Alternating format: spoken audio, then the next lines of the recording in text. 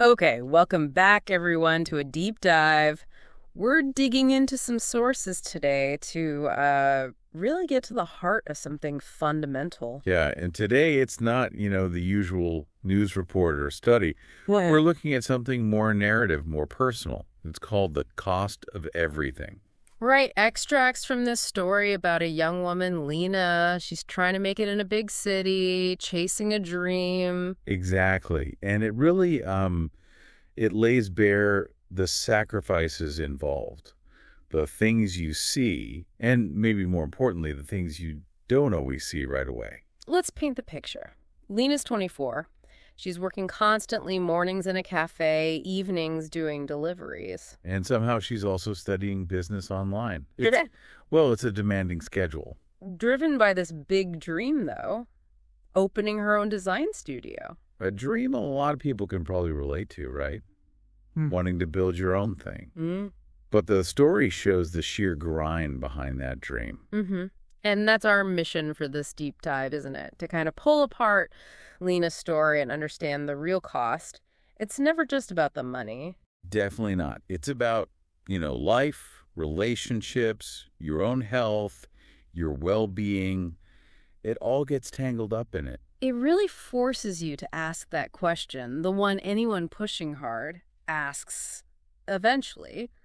What's this actually going to cost me in the end? It's a heavy question. Yeah. And Lena's journey, as these sources show, walks us through all the layers, the literal price tag first. Yeah, then the thousands of little choices you make every day. The bill that shows up later, emotionally speaking. The things money just can't touch. Right. And then redefining success, the cost of freedom itself, the weight of it all. And finally, trying to find some kind of balance. It covers a lot. It really does. Yeah. It's a very human look at ambition. So let's start where the narrative does with the price tag. What's her financial reality like? Oh, it's vivid. And pretty bleak, honestly. Tiny studio apartment, bills constantly looming, rent, phone, you name it. She's counting coins, literally. And that detail about skipping lunch 3 days straight. Yeah, that one hits hard. Or the worn out shoes. Right. A customer notices them and she thinks, $60. That's groceries for half a week. It's not just wanting new shoes, it's the impossibility. Exactly. The fridge being a graveyard. That says so much, too. About scarcity, not just lack of money, but the mental energy it takes to manage that lack. And then that specific moment, the card declined for eggs. Ugh.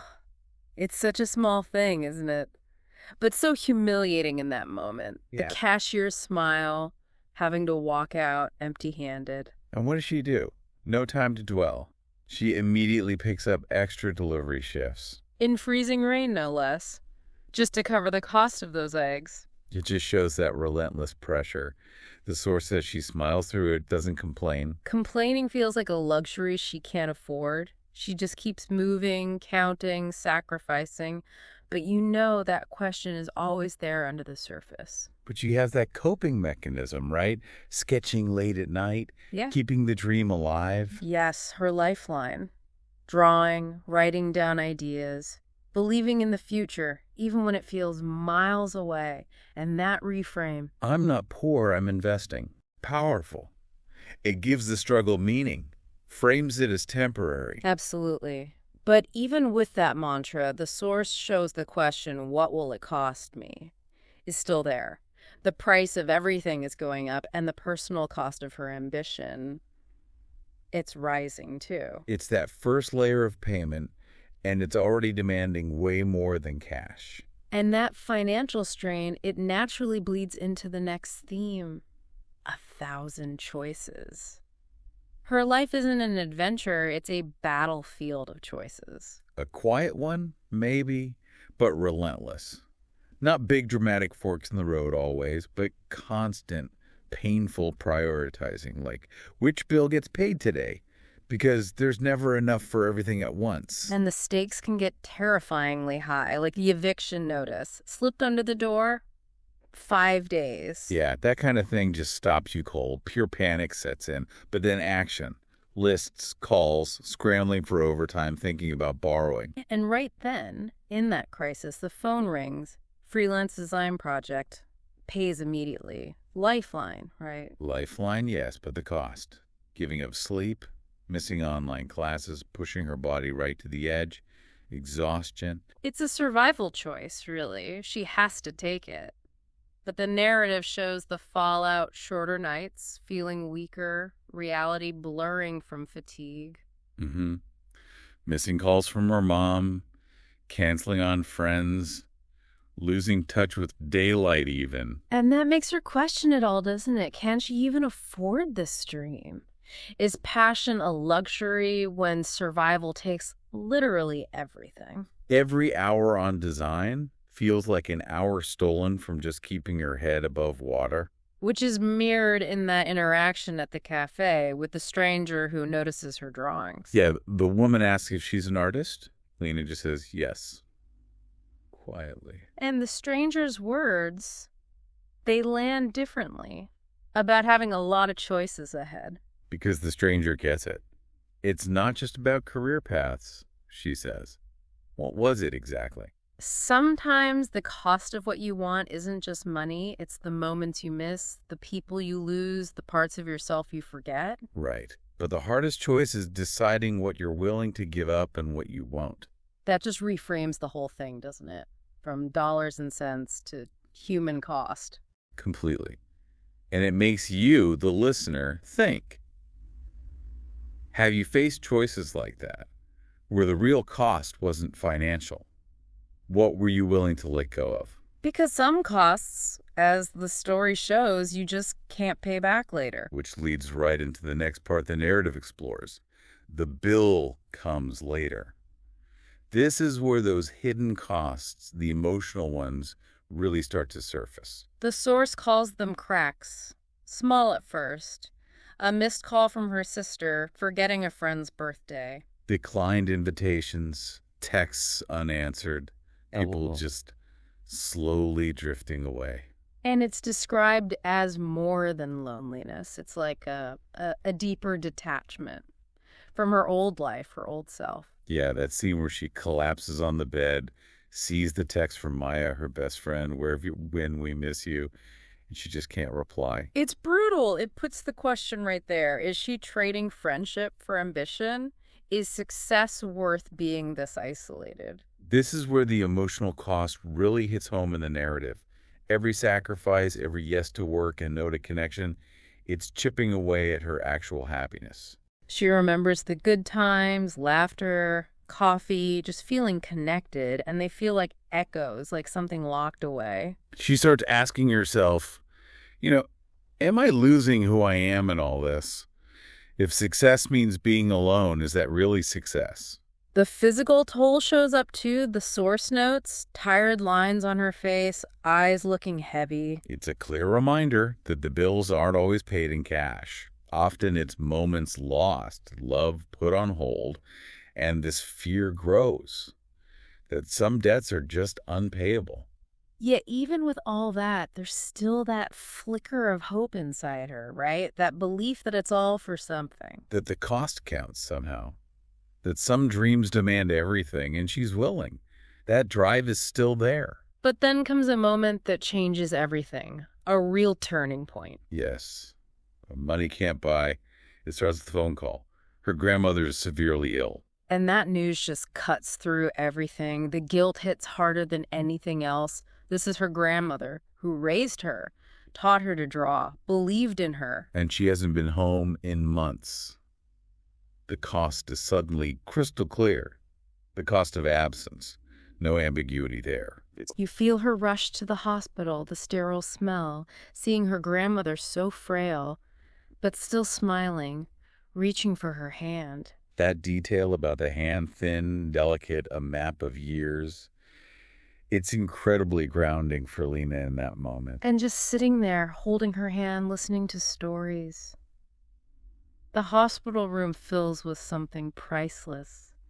Real connection. It forces her to see all the missed moments differently.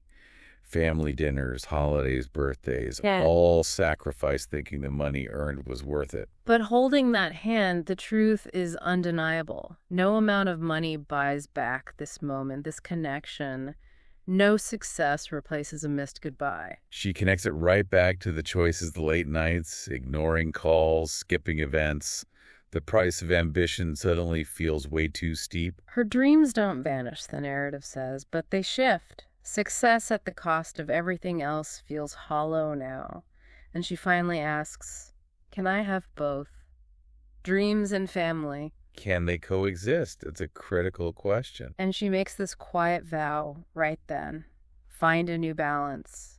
Value relationships as much as the bank account. Measure cost in moments, not just dollars. And there's a kind of peace in that clarity. Not an easy peace, but understanding. Because the lesson is just so stark. Time, love, family, Yeah. they're priceless. You don't get them back. That realization changes her perspective fundamentally, leading into the true measure. She gets back to her apartment, and everything feels different. The city lights seem cold, the place alien.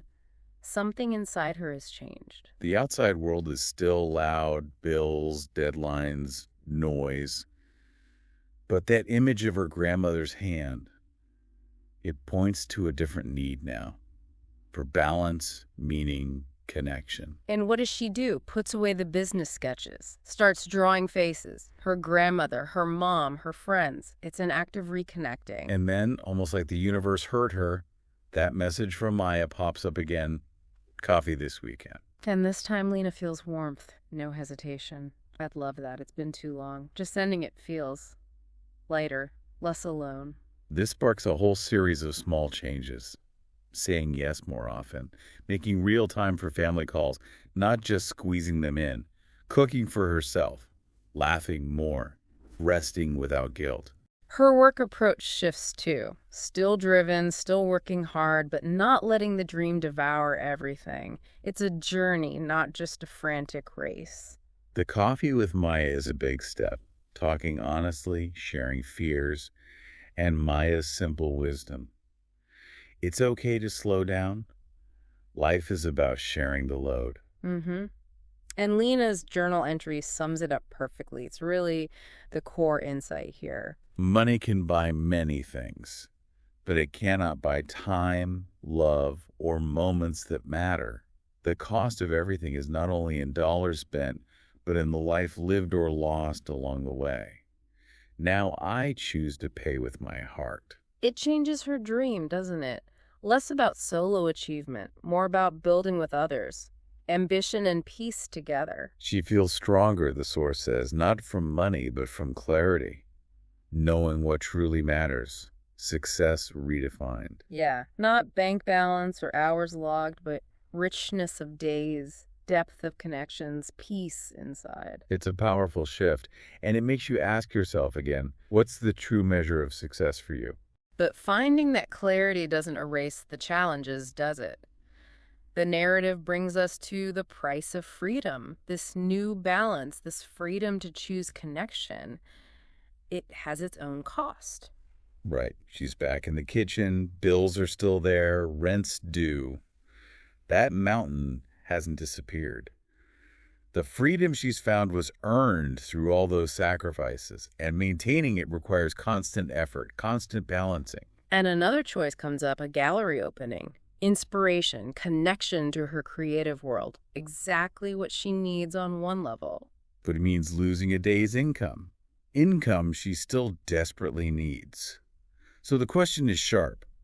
Can she afford this freedom? Is saying yes to inspiration a luxury right now? And she decides to go. A conscious choice. Freedom means saying yes sometimes, even when it's not the safest financial move. Saying yes to life, to joy. And the experience pays off in a different way. The gallery lifts her spirits, connects her to her dreams, reminds her why she's doing this, despite the cost. It reinforces the understanding that every choice has a price tag. Every freedom is earned through trade-offs. She leaves feeling purposeful again. The path is still hard, yes. The price is steep, but moments like that make it feel worth paying. Because true freedom, as she's learning, isn't about having no costs. It's about choosing intentionally, moving forward despite them. Which leads us right into the final part of her journey here. The weight of choices and finding balance. Because even with inspiration, the weight is still there. Sleepless nights, mind racing, thinking how every decision affects others. The postponed call to her mom, her sister looking tired after a missed dinner. These things have weight. She's wrestling with it. Yeah. How much can I carry? When is sacrifice too much? How do I protect the dream without losing myself? And then some wisdom from a mentor figure appears in the narrative, someone who gets it. Yeah, the mentor basically says, yes, you carry the weight, but carry it with intention. And crucially, you don't have to carry it all alone. Asking for help is strength. That really shifts things for Lena. She starts actively making space for rest, connection, self-forgiveness, returning calls, showing up, feeling the feelings instead of burying them. The burden doesn't vanish, but it feels lighter shared, understood, approached with kindness. The journey's still messy, still hard days and tough calls. But what she gains is wisdom. How to live fully, balancing ambition and well-being, facing challenges with grace. Life's value isn't just sacrifice, but how you carry it and what you hold on to. And her idea of balance becomes more fluid. Not rigid rules, but a dance, honoring ambition and rest, solitude and connection, dreams and reality. You see it in small choices, saying yes to dinner with her mom, remembering those simple necessities. These small acts of rebellion against the grind start adding up. Setting boundaries, taking breaks, refusing extra shifts, saying yes to friends, walking in the park, sketching for joy. Old fears still pop up, falling behind, not doing enough. But she reminds herself, success isn't a race to burnout, it's about fulfillment. And that final journal entry sums up this new understanding. Balance is not about perfection, it's about kindness. It's the space where dreams breathe freely and love grows without cost. Her dream transforms again. Less about solo glory, more about building a life with others, ambition and peace walking together. There's real hope there. And it brings back to you, the listener, doesn't it? What does balance look like for you? What are you choosing to hold close? Wow. Yeah, digging into Lena's story really underscores how complex the cost of our goals is. It's so much more than just money, isn't it? Time, relationships, health, our sense of who we are. It's all in the mix. Exactly. And her journey shows that real success maybe isn't just the external stuff, the job, the studio, whatever, but the richness of life, the connections, that inner peace. Her story really holds up a mirror. Makes you think about your own choices, right? Yeah. The hidden costs of your ambitions. What are you paying with? Health? Joy? Relationships? They're tough questions. And Lena found freedom not in no cost, because there's always a cost, but in the courage to move forward intentionally, with balance, choosing to protect what money can't buy. So as you navigate your path, whatever you're chasing, what priceless things will you refuse to let go of? And how will you measure what truly matters in the end? Definitely some food for thought there. Thanks for diving deep into this with us today. Always fascinating to explore these stories.